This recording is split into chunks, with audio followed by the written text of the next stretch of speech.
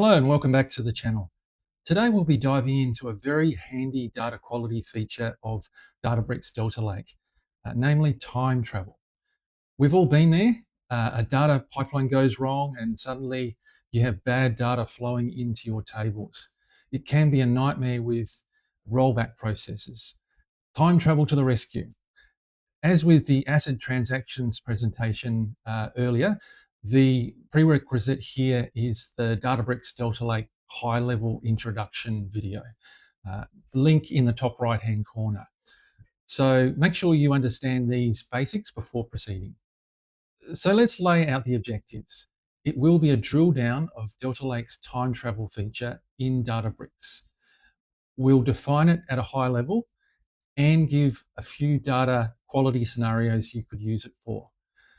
We'll look under the hood to really understand how it works, then discuss time travel versus the traditional data backup and some of the retention policies that you could implement.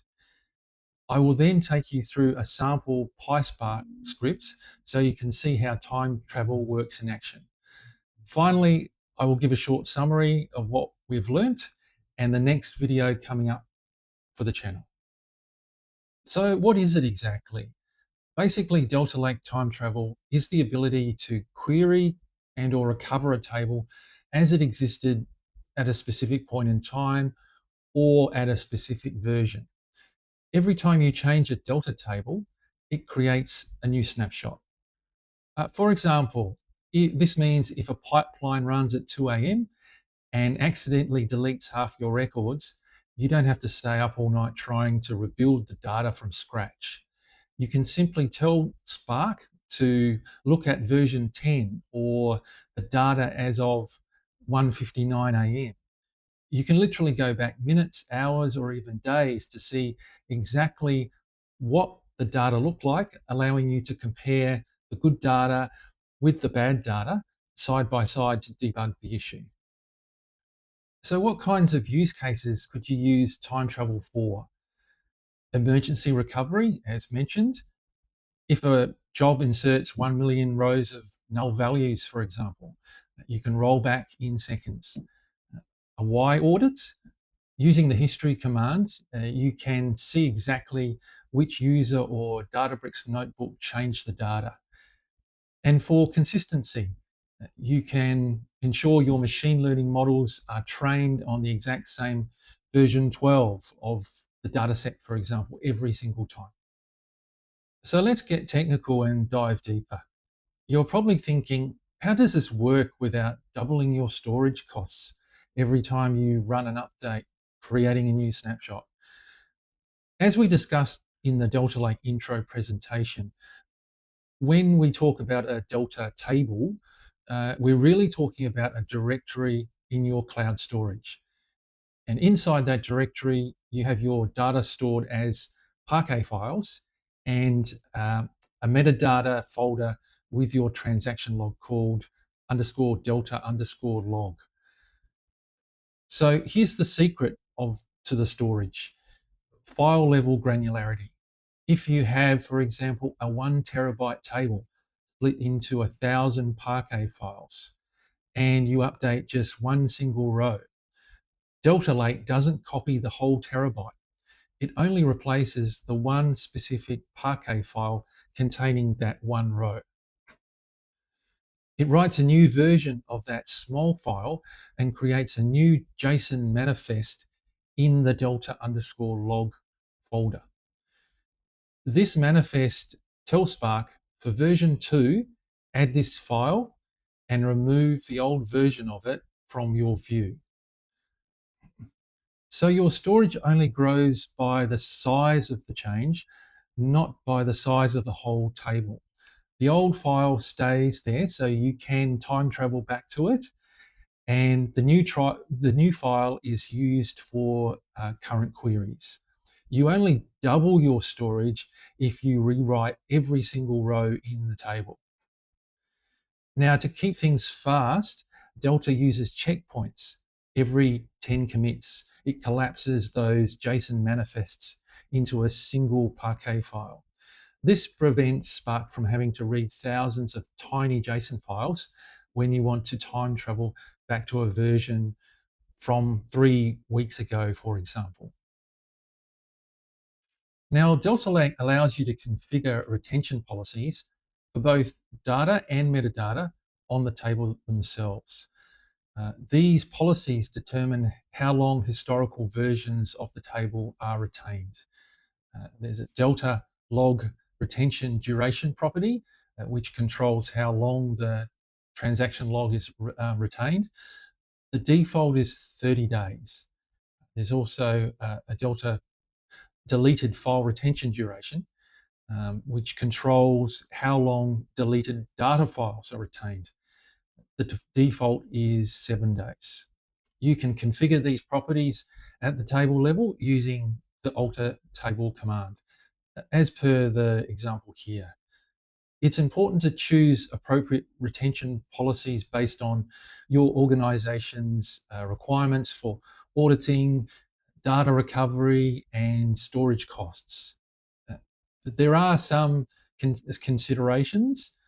Performance, querying older version of a Delta table can be slower than querying the current version, as it requires reading historical data files. Storage costs, retaining historical versions of the table obviously increases storage costs.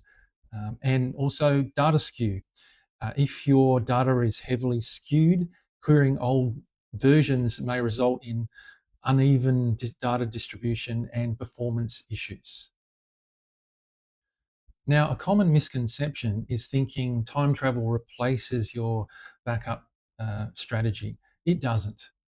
Think of time travel as your first responder. It's the fastest way to stop the bleeding and roll back a mistake that happened an hour ago. However, by default, Delta Lake only keeps history for 30 days. If you need, for example, to see data from 2 years ago for an audit, you shouldn't rely on time travel. Why? Because to keep storage costs from spiraling, administrators will manually run or schedule a command called vacuum. Vacuum physically deletes those old logically removed Parquet files, and once they're vacuumed, they're gone forever. In short, the rule of thumb is use time travel for operational recovery and debugging. Use deep clones or separate storage snapshots for longer term disaster recovery. Let's move on to a time travel demo in Databricks with some basic data recovery and analysis examples using PySpark. I will explain the code a little bit, but all you have to do really is follow along and reference what we've just learned. Okay, so I have the Databricks free edition open and I've created a notebook, time travel notebook, just to show a few examples of time travel in action. So firstly, we're just a bit of a setup where I'm just defining the table name here as tt underscore demo underscore table. And then I'm just cleaning up if I've run it before. And first thing I want to do is just create the initial table. And because of DBFS permissions with the free edition, I have to create it as a managed table. And all it is just populating the ID column, which is by default, and just from 0 to 4. I'll just scroll down and show you those results. Okay, so that's all it is, all it's populated with. And next, what I'm going to do is try and get the timestamp. So the timestamp of when it was created. So what I have to do is look up that Delta table name in a Spark session, and via the catalog, not via a path. So and then what I do is with that object, I look at the history, which is referring to the Delta log, and grabbing that timestamp with the collect command, and then I have to convert that time to a string. and I'll print that time here. So let's have a look here. Okay, we've got a timestamp here, so coming in healthy timestamp. Okay, so next, we'll create a corruption. So where are we here? Okay, so we're going to simulate a corruption. Firstly, I'm just putting in a 2-second lag here, because when I run the script, I don't want it to get confused about what and not come up with the same time. And because it's such a small table, it could be the same time and milliseconds different. So we want to make sure that it's got that clear differentiation. Now what I've done is from populating 4 more records from 100 to 104 into that, or pending into that table, and just printing that it's really a corruption. So and then I'm returning the results here. So what I've got here, I've done that depend. So that's now version 1, and I've got those extra, 100 to 104. So I'm just saying that is a corruption there. Now what I want to do is I just want to recover it, and all you have to do is do a restore to timestamp, and using that healthy time variable that printed out below. And then what we're going to do is return the current table, which is actually, so it starts off with version 0 and then goes to version 1, and then the latest from the restore is that version 2. But we're showing that as version 0, the current. So if I go down, and what we've done here is table restored, and the current state matches version 0. So we're back to what we had before, using that restore as of timestamp. Final example is an update. So say we're auditing changes, and we're just going to make a small update to that table, and then sort of side by side look at those, look at the changes. So we're changing the ID equals 0 to ID equals 999. So what we're doing is that version 2 now, which is current version, and then we're applying the update. So that's version 3, and we're just displaying the before and after of that update. So let's have a look at that. So it's always a bit funny, this audits. Okay, so before the update, you can see there we've got the that version 2 table, and then we apply the update, and ID 0 equals ID 999. So 999. So then we're just doing a print here. So we're just taking the the before and the after, and we're just adding a field called state before for the before, and after we're putting a static value after,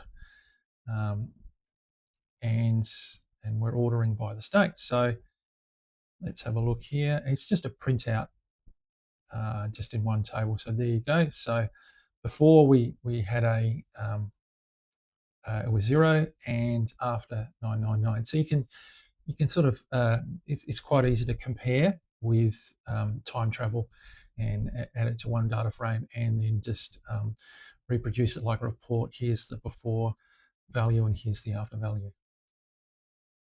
So to wrap up, we looked at what time travel is with the Delta transaction log, the power of checkpoints, and how to use timestamp as of or version as of to save us during a production incident.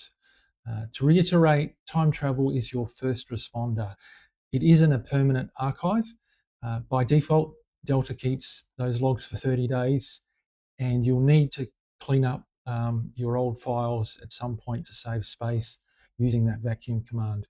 So always balance your storage costs with your recovery point objective. For your most critical tables, make sure your retention settings give you enough of a window to spot and fix mistakes. Uh, Finally, we had a hands-on demo in Databricks itself to demonstrate time travel in action. In our next video, we'll take on schema management. So please stay tuned for that. Thank you.